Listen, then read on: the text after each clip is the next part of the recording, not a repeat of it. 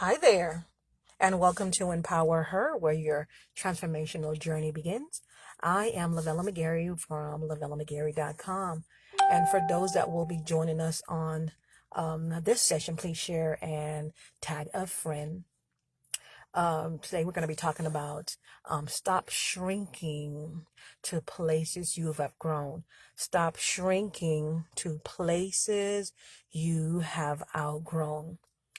So as we grow, we gain more experience, insight into yet the mistakes that we have made, our thought process, and sometimes it will project or allow one to carry the guilt of the mistakes that they have made, or they can't get past the trauma of what happened based on the pain or the agony. So as we grow, we gain more experience and our goals change, our mindset change, our habits change.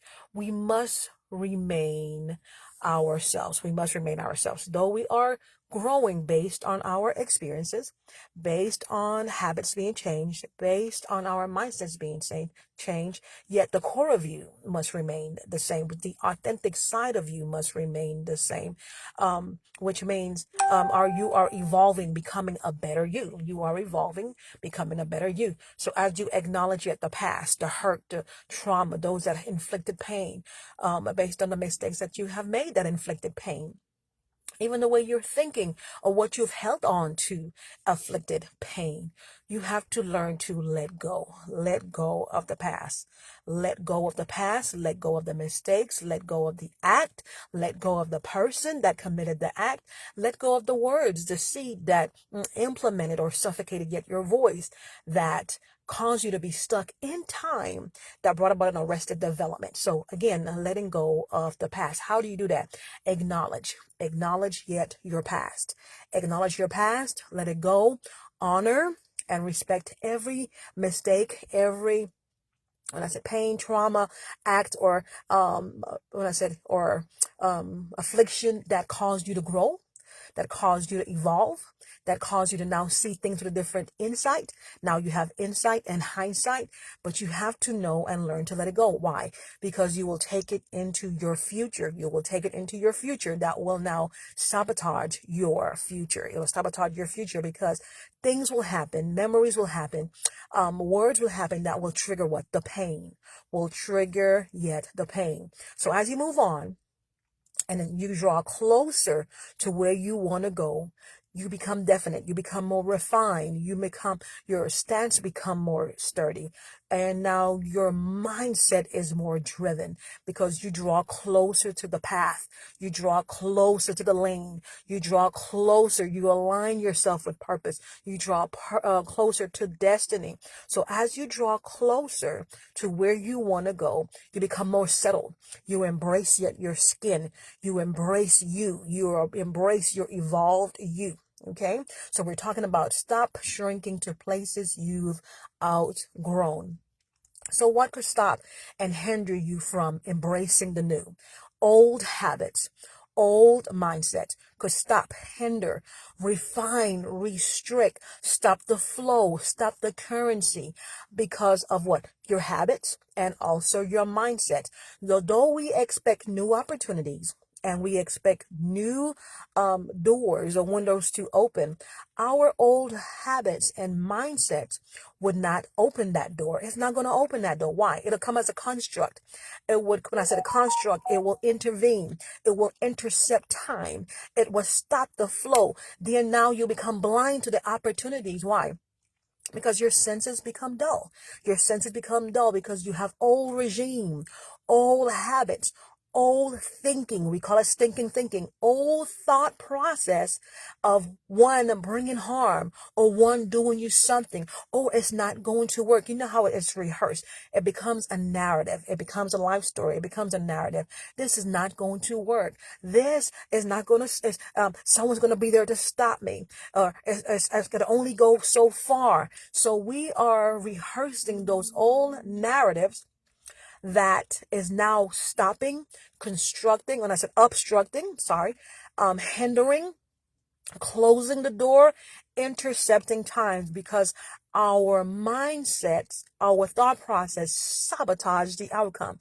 It sabotaged the outcome. And in reality, what's happening there is bringing to awareness a victimized mindset.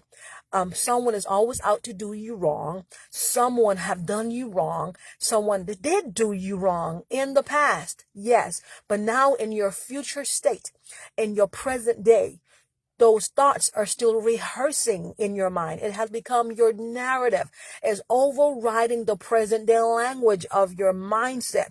And because now you're thinking, you always have that wall up, and you're always thinking that someone is going to stop, hinder, block you. So we have old habits and mindsets that are not opening the doors, even though we see, yes, sense our season. We see and we know our timing, and we are at the edge of our seats and we are bubbling. There is a obstruction. There is a blockage. It is a blockage. And it's not no one else but you. Wow. Again, through your thoughts, your mindset, old habits. So what are some of the things or reason you'll shrink to accommodate others? So where there are windows of opportunities, where there are doors of opportunities, gateways, open portals, these are things or reasons that's going to stop yet the process of the flow, of your fluidity, of you now crossing over into that threshold, crossing over into the new. Now you're at your turning point. These are the reasons that will hinder you from going. You are afraid that you will be misunderstood. No one knows me. They don't know how I think. They don't know how I'm wired. They're not going to understand. They'll criticize me based on the way I'm wired, the way I think. So now you're thinking you'll be misunderstood. You will be criticized. And now you're alienated from your familiar place or your familiar tribe. Now you're looking for one that sounds like, look like you, so you can remain comfortable. One that sounds like, look like, echo you, so you can remain comfortable. So when you're treading into new waters, or you're treading into a new place, into a new territory, you become intimidated. You allow fear to choke, stifle you. You allow fear to be that block, that wall. You allow fear to stop you in your tracks to where you can't cross over from your comfortable zone into a zone that you're not comfortable, because even in a place that's uncomfortable, you're still looking for your own tribe. You're looking for your own echo. You're looking for your familiarity. They sound like, look like me. Another reason is you will minimize your dreams and your talents and gifts to what? Fit in. You'll minimize your dreams, your talents, your gifts, and achievements to fit in with your friends, fitting with your family, fitting with your boss and your peers. Though you are talented beyond measure, and you are a dreamer, you see it, you know it, you sense it, and you are talented and gifted, you will minimize, you will dummy down to fit in, because you don't want to be that light that shines as bright as a diamond. You don't want to illuminate the room. You don't want to shine brightly. So you will go in and you'll hide. You will be the one that's in the back of the room. You're blending, you're mixing, and you're blending, and you're hiding, because you're minimizing who you are. Okay. Another reason is you will also believe, and your values and your core values and your faith is either when I said has risen, it has changed, it has upgraded. Your belief system have changed, and your your values are changing, and so you are afraid to express it. Why? Because you want to be comfortable in your inner circles. We're giving reasons here. You are afraid. Your belief system is changing. Your philosophy is changing. Remember, as you go and you grow, you are now being more refined. More refined. And because you are being more refined, your voice is changing. Your philosophy is changing. Your belief system is changing. All it's doing is when I said tapping into your substance. And because of that, you will, again, find another reason to what? Be in that comfortable place where you're not able to express because you don't want to be ridiculed. You don't want to be judged. You don't want anyone to talk about you. You don't want anybody to question you because you want them to believe that you still have the same belief system. Remember, as you learn and you grow and you expand, and as you discover, as you explore, you're exploring new truths. You're having present day truths. Your foundation is shifting. Your paradigm is shifting. Of course, you'll have your philosophy will change. Your belief system will change. Your value system will change because as you grow, evolve, and you blossom, your values are changing. And so you're putting new foundation in place. And so because you don't want your inner circle to know that you're changing, you wouldn't express. You don't want to be combative. You don't want to be revolutionary. You want them to accept you. And it's bringing about much frustration because again, in this inner circle, they're echoing the same language, but yet you're frustrated because you no longer think like that, see like that. That's not your posture. That's not your stance. Okay. And the thing about it is when you start growing, when you start evolving, you can't help but to echo it. How? Through your energy, through your articulation, through your linguistics, through your expressions, because you are expressing yet your insight and your philosophical views. Okay. So just know that you can't help. You can't help. So how much longer would you think you'll be able to hide? Dumb down who you are so you can no longer shrink to places you have outgrown. Another reason is you are still playing small in positions in church, friendships, and also in your marriage. You're still playing small. So therefore, all of the achievements that you have made, you're dumb again. Here we go again, using the same word. You're dumbing it down. You're presenting yourself like small. I'm not nothing. I just, you have all these accolades, you have all these degrees, and you have all of these achievements, but you don't want anybody to know what you have achieved because you are, playing a small position. But it doesn't matter because everywhere you go and everything you touch turns to gold. It turns to gold. You can't help but to increase and also multiply because you have that oil of excellence on you. So you can't help but to express the excellence in and through you as you produce. Okay, as you produce. And so just a question here for you. Are you still a people pleaser? You have to stop shrinking in the places you've outgrown. Are you a people pleaser? You'll go out of your way to make one happy so they could see you. And we have those that are that's dealing with rejection issue and abandonment issues that go out of their way so people could see, not see them, but see their works, not see them, but see their gifts, not see them, but see their talents, not see them, but see the roots of what they have done, what they have created, what they have produced in the earth realm, but still not see them. Okay. Still hiding. Just a quote here from Nelson Mandela. It said that there is no passion to be found in playing small, in settling for a life less than what you are capable of living. Less than what you are capable of living. Here it is. We ask the Creator, we're praying, I want to pursue purpose. I want to fulfill my mandate. But if you keep hiding, ducking, hiding behind the backside of the desert, wearing the t-shirt, not making yourself visible, not making yourself seen, but yet hiding who you are, hiding your gift, hiding your talents, how can you be at the forefront? How can the world and nation that need your contribution to the earth realm see you if you're not at the forefront? Okay?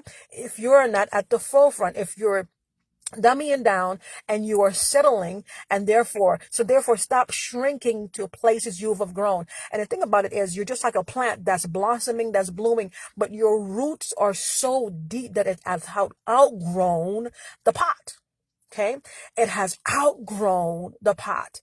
And so that's like one being so evolved, just like you being like there's a white elephant in the room. You're the one that not only is your vibration high, but at the same time, you're advanced and you're way beyond your years, so and you're so meticulous in the spirit realm, you're meticulous yet in the natural, and yet you have to dummy down, come down, so you'll be able to express and articulate to the language that they could understand.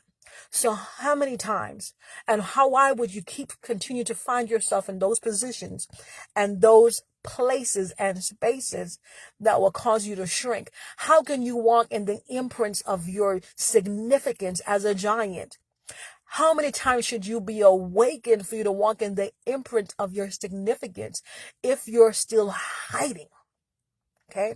If you're still hiding, if you're still dummying down yourself, if you are hiding in the backside of the church, or hiding in the backside of the building, if you're still hiding, but yet your talents and your gifts are at the forefront, but you yourself, the significant you, is still hiding. So we find ourselves in these places when we're dealing with low self-esteem issue, because we've been hurt. The hurt and the pain has stripped away at our caliber,